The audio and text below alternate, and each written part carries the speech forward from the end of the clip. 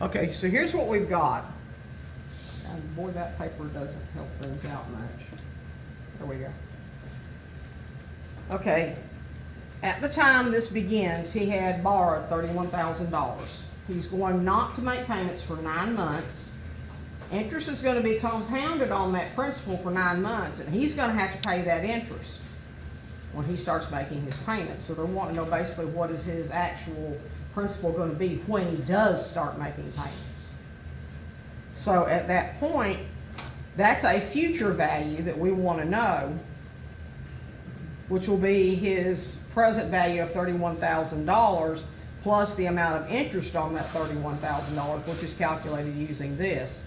And this says that it's 2.33%.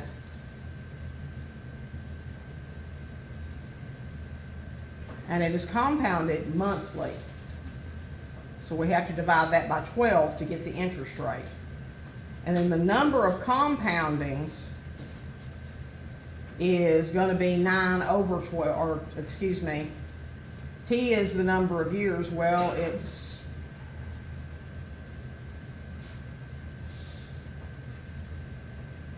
he's going to make a payment within a year, but that's going to be for 9 months. So N is going to be, monthly will be 12. And over the period of time, if he's going to wait 9 months,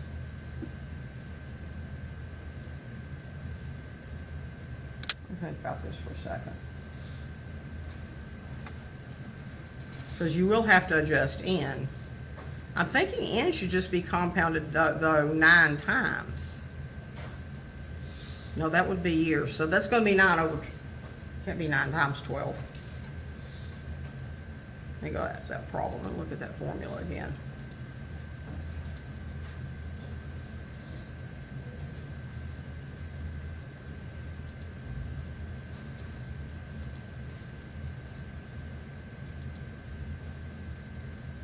So M is 12.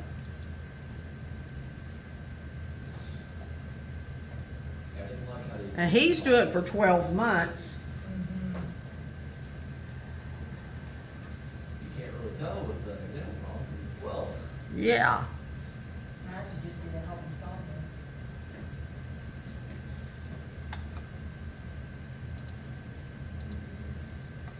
I'm thinking it's 12 over 9, though. I don't think it's 9 over 12, but I'm not, or not over. Is the problem on what 12 is? No, it's got to be 9 over 12. That's the only thing that makes any sense.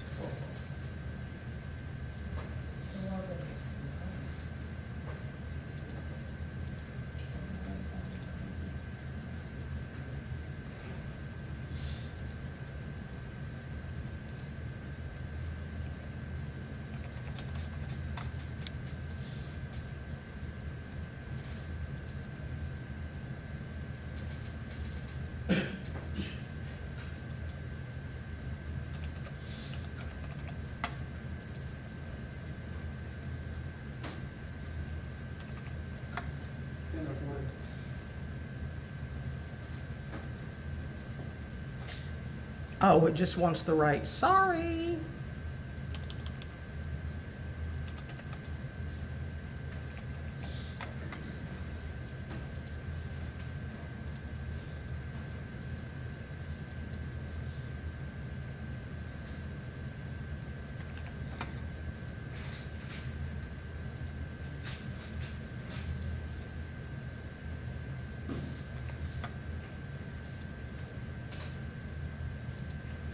Okay.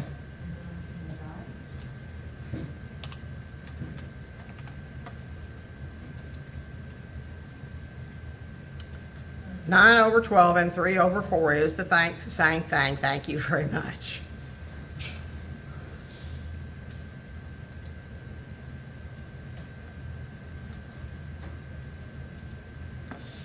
That's one of those persnickety little things about my math lab that drives me over the edge.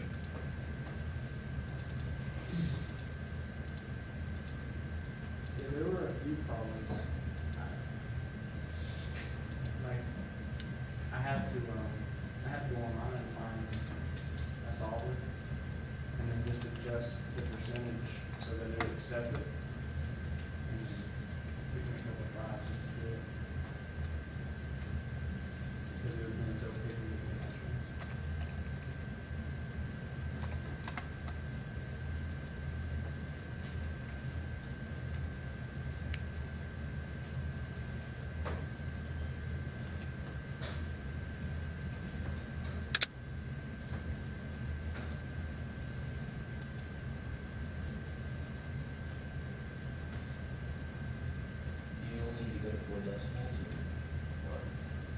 I'm trying to figure it out.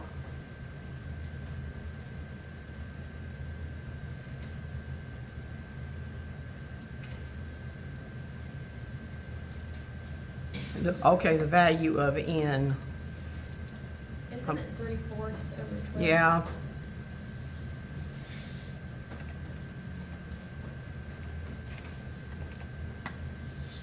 It's probably gonna fuss about that too, because I didn't do the arithmetic. Yeah, but that's the same thing. Okay, I know what they're doing now. Never mind. Okay. I guess. Okay, here's your interest rate. This is correct. M is going to be the number of compoundings, which is 12. And the time is in terms of years, and that's going to be 9 over 12, which they wanted is 3 over 4, but it's not. It's the same thing. And 12 times 9 over 12 actually turns out to be 9. I mean, if that makes any sense.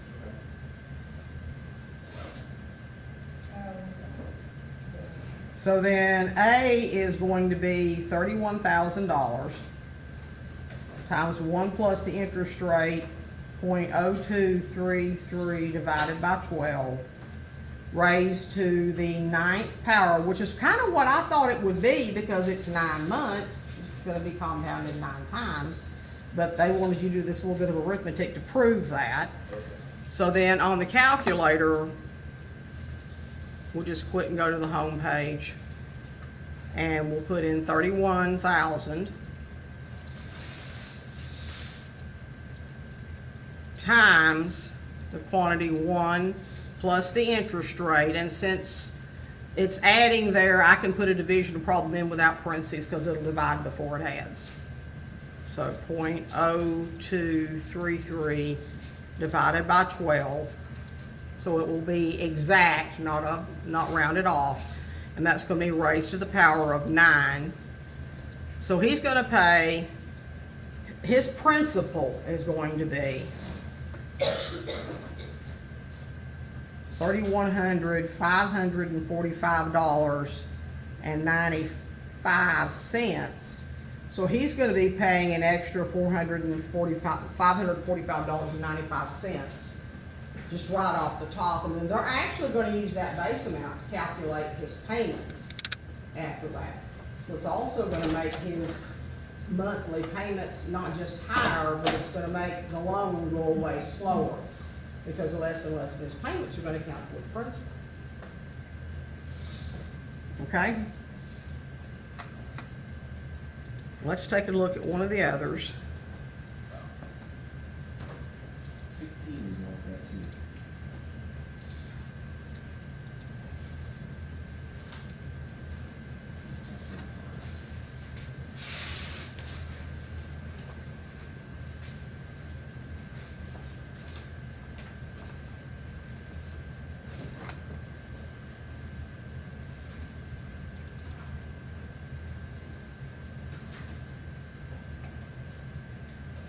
Stock that sold for $45 a share at the beginning of the year was selling for $76 at the end of the year. If the stock paid a dividend of $4.37 a share, what is the simple interest rate on the investment in the stock?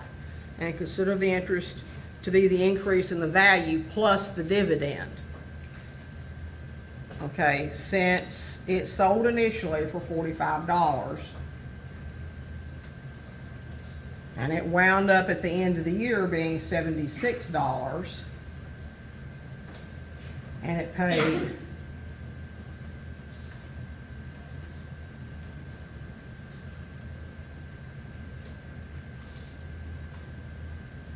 $4.37 per year different dividend, and they want to know what the interest is. And just since y'all are going to have, I'm just going to model what you would do if you were a student. So I'm going to look at my question help, and I'm going to see an example. And it says you begin by finding the increase in value, which ought to make sense. Because if the increase in value is going to be 76 minus 45. which is gonna be $31 in our case, 38 in the case of this example. And then you add the dividend to get the actual amount of interest. And the dividend, and we're talking about for each individual share that you bought, was $4.37. So you times that by, when you took away, you get the, So here's what we've got so far.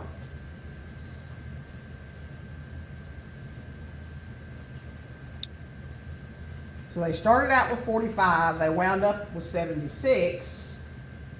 That was the actual selling price of the stock, so they could sell it now for $76.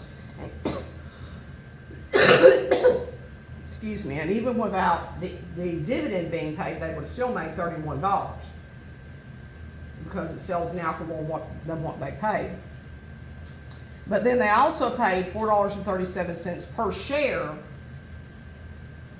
and this is also $31 per share that they bought. So we're looking at the per share. And so this is the amount of money they made on each share. Okay?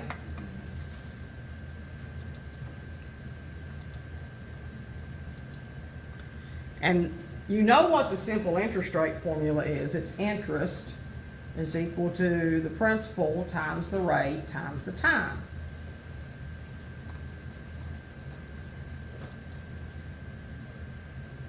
Well, the amount of interest they actually made was the $35.37, and then I'll show you in a second what I've got down here on paper. And the initial amount that they paid was the $45.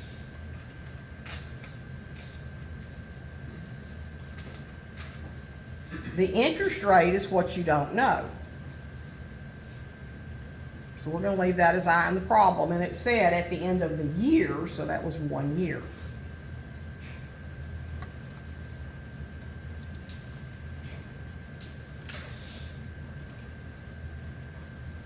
So what we've got here is an equation where this is the amount per share of interest that they actually got, the extra money they got for leaving the money in the market. They started out with only $45 because P is always present value. Interest rate's what we'd love to know, and they kept it in there for a year, so T is 1. And then all we do basically to find the interest rate is divide the 35.37 by 45, because the 1 really doesn't make any difference. It's just 1.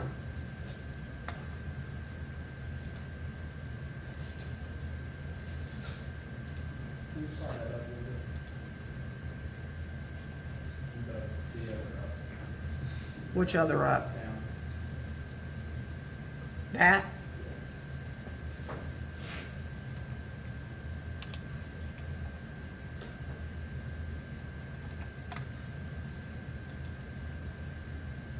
Okay, what did I do wrong?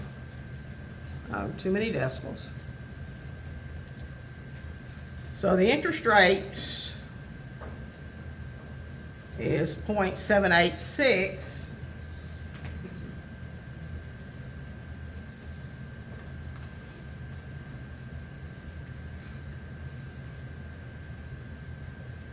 And that is the interest rate as a decimal, because in this problem you use it as a decimal.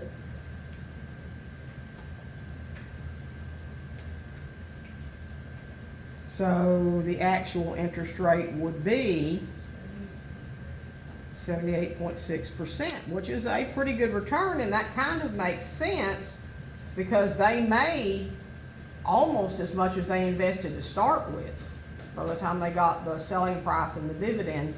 Now, you're not going to find savings account that pay you 78.6%, which is why people play the stock market. Just take into account that you don't play the stock market haphazardly. You have to be very careful because you don't always get this kind of interest rate return. You know, some stocks actually drop in value after you bought them, so you got to be careful.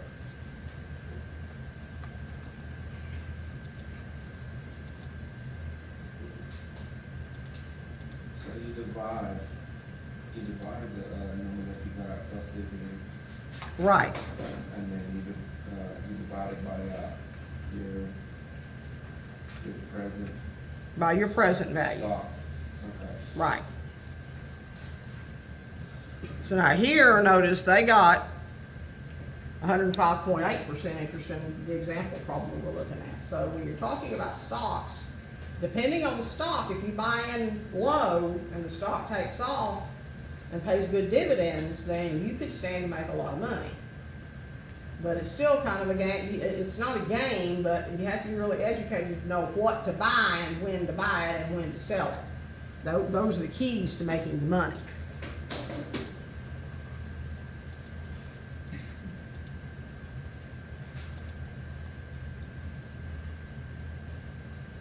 And all of these should be essentially the same for the doubling capacity.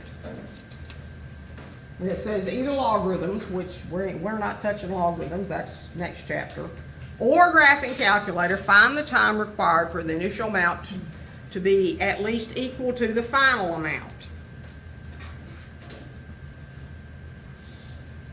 So the initial amount here is $4,000.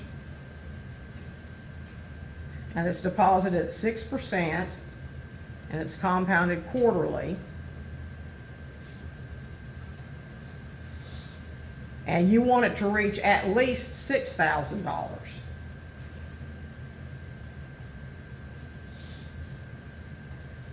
And we want to know how long.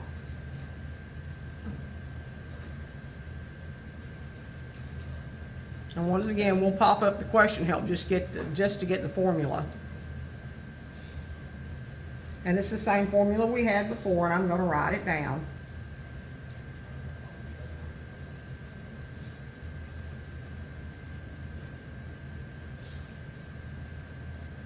And remember here again, I is R over M.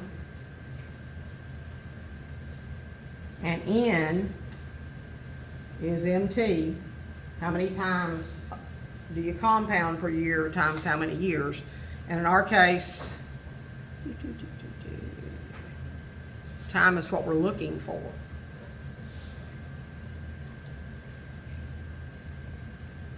So let's fill in what we know.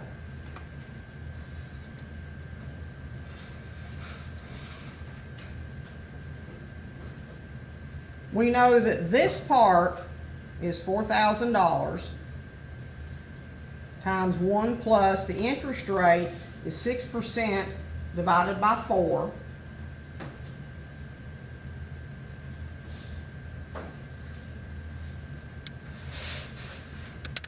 The time in years is what we don't know, but we do know that it's going to be compounded 4 times per year. So that's going to be 4t, or in our case, when we put it in the calculator, 4x. Okay?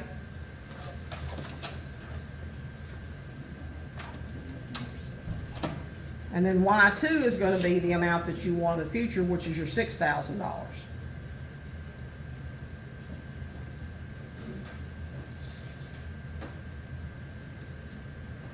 So we'll go to the calculator, go to y equals, clear out what's there. We start out with $4,000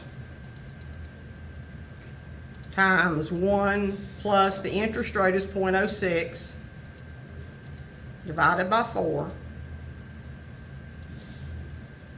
raised to the power 4x.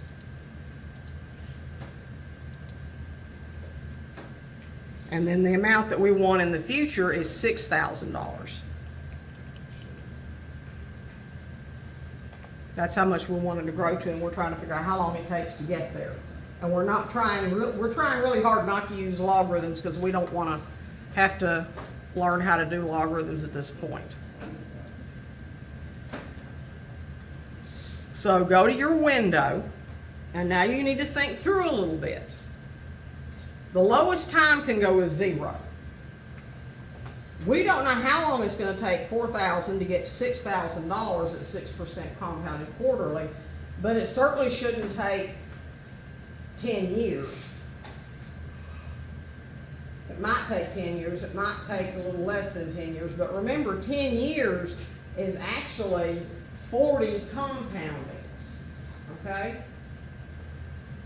So we're going to try to go, let's just start off at 50 and see what we see. We can always increase X max. And you can scale it however you want to. I'm gonna scale it by 5s. And then my Y value, I'm gonna let the calculator pick Y values for me. I'm gonna use Zoom Fit. So you press your Zoom button and choose Zoom 0, Zoom Fit. And what it does is it looks at the X values you gave it, and it calculates some values for the two functions, and it makes them fit. The only thing that I will do differently after I do Zoom Fit is I will probably make the window a little taller, and then I'll also probably go a little bit below the Y-axis so we won't cover up the graph. But I'm gonna let it start me out.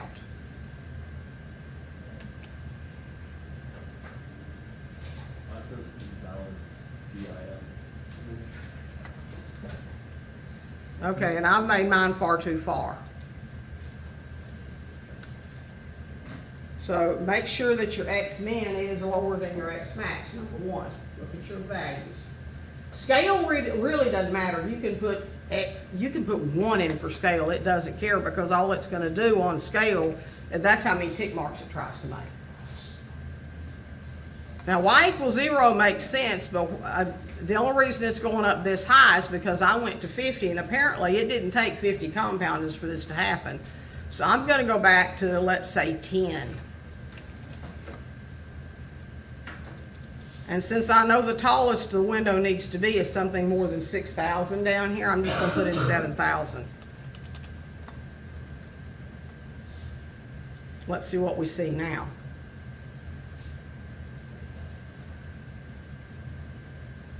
Okay, now assuming that I did my Y1 right, $4,000 plus 1 plus 0.06 divided by 4 raised to the 4 times X power, which is correct, so that's the right one. When I look at the graph, right there is when I'm gonna hit $6,000. Yes, What was your Y min? I put it at 0. You don't need to make my calculation.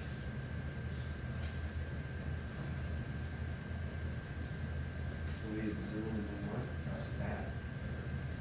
0. You're only going from 0 to 1. You want to go from 0 to 2. Let's say at least 10.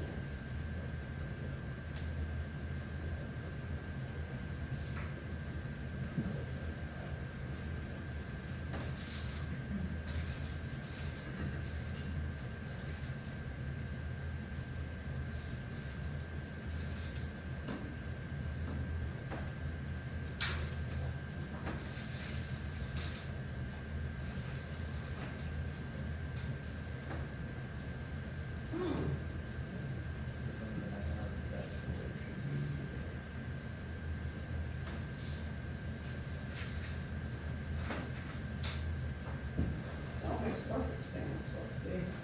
4,000 plus 1 plus 106. Ah. It's not what you did at all. This is turned on.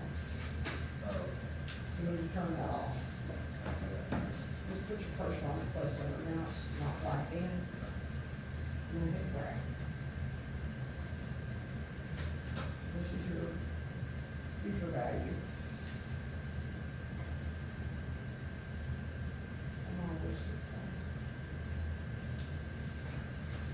Oh, you put in 8,000, your problem is 8,000. Your problem is 8,000, then you need to raise this up to maybe 10,000. Because it has to be higher than the one you have.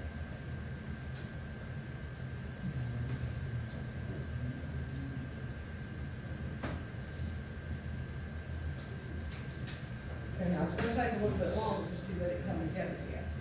So you go back to your window and raise your maximum X value up to 15 and try again. And this time you should see it. And then we define how to make an intersection. And then you do the intersection. Or you can show us how to do it on that. Yeah. So what we're looking for is the intersection of these two, because we want to know where this is equal to this. Okay? And since the slanted line represents the 4,000 times 1 plus 0.06 over 4 to the 4t, and 6,000 is what you want to have when you're done, we're just going to go second, trace, go down to number 5 for intersect, and then hit enter 3 times. And it says that's gonna happen after 1.4 for X, so it's gonna happen, actually it's only gonna compound. It's gonna happen within the first quarter.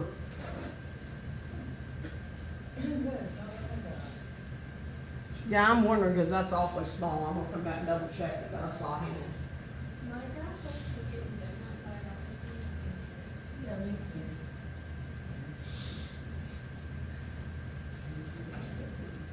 So, I like that, maybe something else wrong with the window. Or what? Like I see them.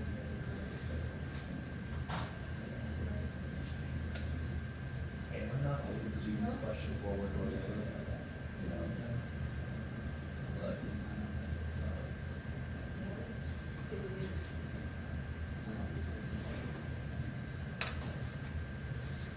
Let's just try the 115 compound.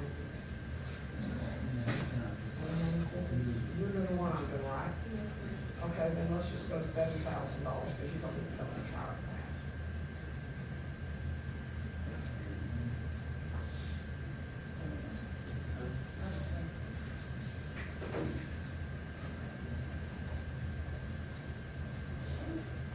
Yeah, you're getting the same thing I thought. Somehow that answer doesn't seem right, though.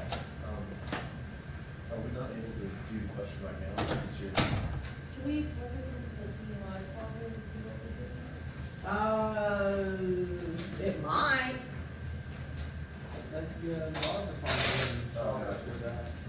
Since it is compound, it might work in TVM solver. Let's try that.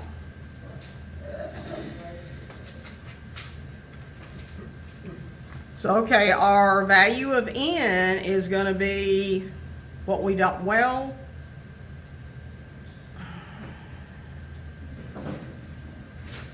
yeah, it's gonna be what we don't know, so we're gonna put a 0 in for that. Our interest rate is gonna be 0.06 divided by 4. Our present value is gonna be 4,000. We're not making any payments. Our future value, we want to be $6,000. And it's compounded 4 times a year, and interest is paid 4 times a year. So then we'll put it back on the end and do alpha solve, and it doesn't like something. Let's see. Negative in front of those 4,000. Oh, that's right, negative in front of your present value. That's right. I learned that the other day. I was like, why is it going? I forgot my negative. Oh, come on, stop being hateful.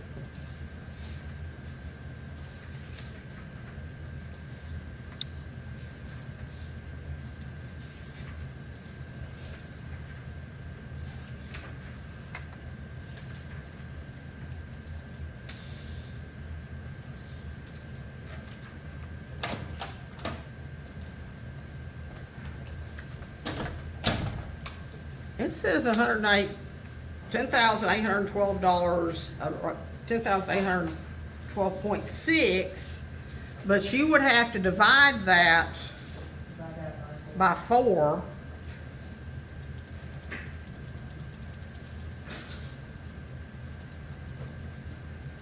To get actually time, because it's 4 times a year. That's still 20703. That doesn't make any sense.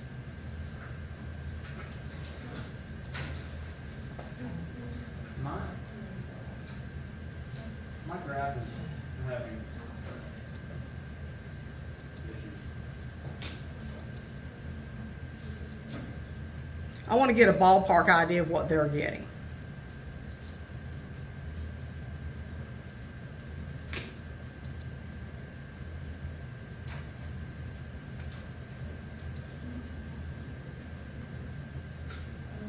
So how are we writing it in the?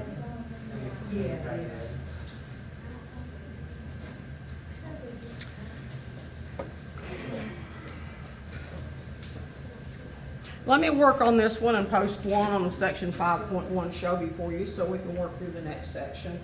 And I'll work it out. I'm not gonna do it by the logarithms, but I will do it on the calculator and show you step-by-step pictures of the calculator. Maybe that's what I was doing wrong, because when it said, when it was asking for the logarithm, or the log, I was putting in where it said, y equals the graph, I was putting log in there. No, you don't do that. What you put in, and I've actually entered this correctly, but I'm not interpreting something correctly. What you would actually enter in, Oh, you put .015, and it should just be 1.5. where on the solver, Yeah.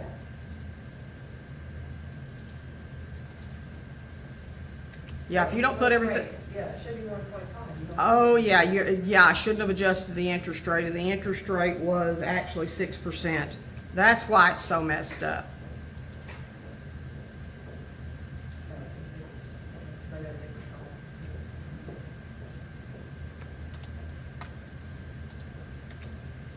Okay, now that makes more sense. Because that would be 28 compounding periods. And since there's 4 in a year, that would be 7 years. Okay. Okay? Yeah, and I got, when I did the. Yeah, that answer makes sense. I is actually the annual interest rate. It adjusts for everything else. And I keep forgetting the solver is smarter than me. It doesn't need me to do that for it. So yeah, the answer should be 27. We'll try another one. Let's go on to the next one to make sure that we've got this right. Find the doubling time for 3.3% inflation using the methods. And method B is the rule of 70 or 72. You can read about that in your book. I don't actually care if you answer the problem about method B or not. If you do, you do. And if you don't, I'll give you the half point for it anyway, because we're not going to talk about the rule of 70 or 72. If I realized that one was there, I would have just left that one out. So you can leave out part B on this. I'll give you credit. But the way that you would do this problem then, write down the information. When you're doing doubling time, you always start out with $1 and try to see how long it takes it to get to 2. Because that $1 and $2 is really simple to use. So we have 3.3% inflation. And we're looking for time. This is our interest rate. And we're going to start out with a present value of $1 and a future value of $2.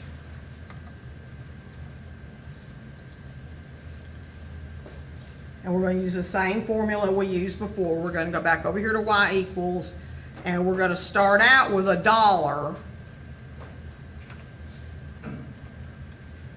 times 1 plus 3.3%, which is 0.33. And it didn't say anything about it being compounded quarterly, so we're going to assume annually.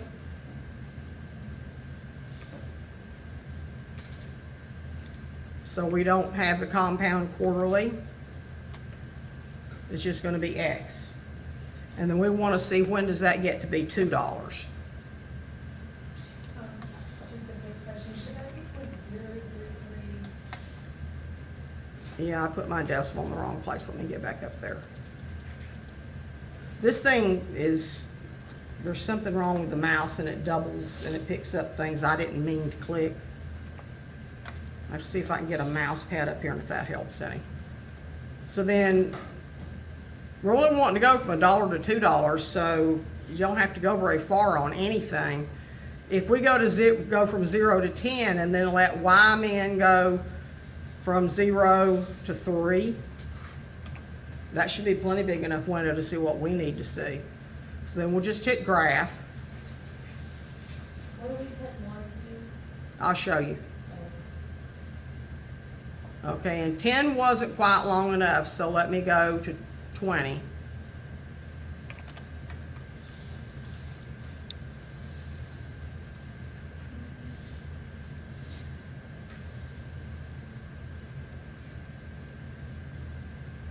And it looks like that's barely long enough, so I'll go to 25 just so we can see clearly that it is an intersection. And what goes in Y max is something more than whatever the future value is. We were trying to take $1 and make it into $2. So we're just gonna go from 0 to $3.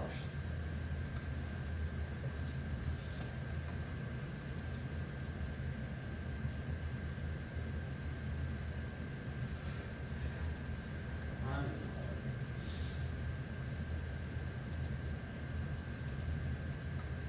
And then we'll go to the intersection point. So we'll take 21 compoundings, which actually will take 22 years to double our money. So you have,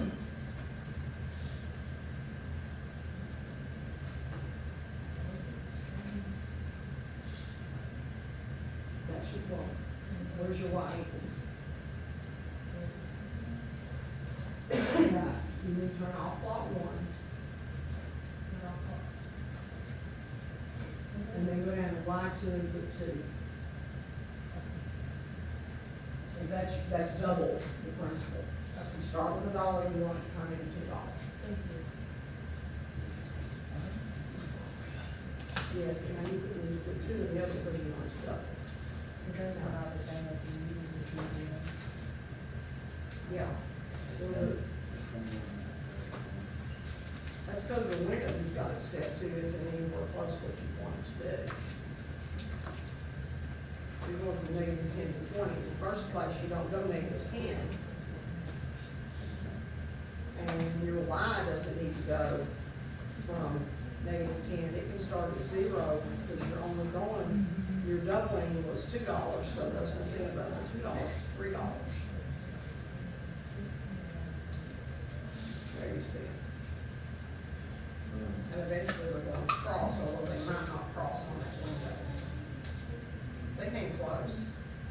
So if you took your window and went on up to 25, you'll see that they clearly cross.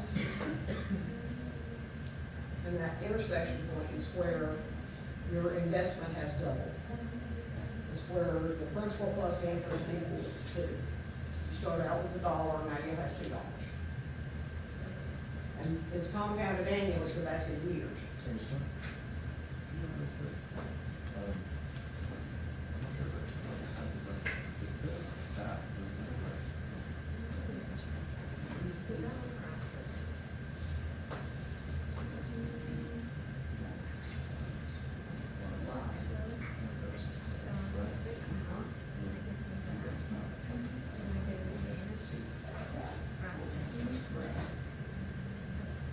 you click it 3 times, it should.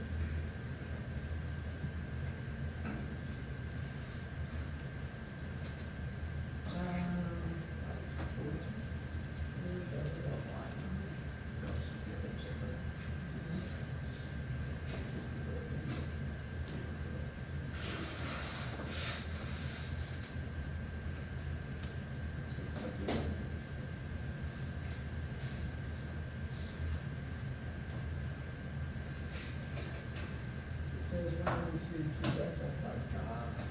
So 10.69. Okay? Read your rounding rules carefully. I said my answer there would be 22 years, but if you go into reading the way that it says enter the answer, it wants it to 2 decimal places. Now, the truth of the matter is, you cannot go into the bank at that point in time and say, I want my $2, because they're gonna say, you can't have your $2 until the end of the year. Because they're gonna keep on, but they don't do but compounding once a year. Okay? Where's 5-2 notes at? Excuse me? Where's 5-2 notes They should be in D2L or show be, and if they're not, I'll put them up there, because it doesn't look to me like today we're gonna get to 5.2, so I'll be doing some recordings of 5.2 and 5.3, so y'all can kind of watch and get ahead, so we can wrap up next time. Okay? I missed what you just said. about what we were, do you want us to look at the 5.2 and 5.3? I want you to look in Shobi at 5.2 and 5.3, but not until, I'm gonna post the notes and, a video, either integrity or the regular video, and show you how to do 5.2 and 5.3. So when we come in on Thursday, you should have already gone through those two sections on your own and filled in your notes. If you don't get Shobi done, that's okay. Fill in your notes. Okay. And then I may let you take the time, because we're gonna have an exam on this next week. Because chapter 10 is intense. We've got a lot to cover in chapter 10, and we can't spend all of our time doing finance. So the show you homework that's on there for 5.1, it's a copy of our notes. So I was wondering what you wanted us to do. I'm gonna actually put up some 5.1 more. Okay, okay. Yeah. I haven't put those up yet. So I will see you next time. I will send out the full packet of notes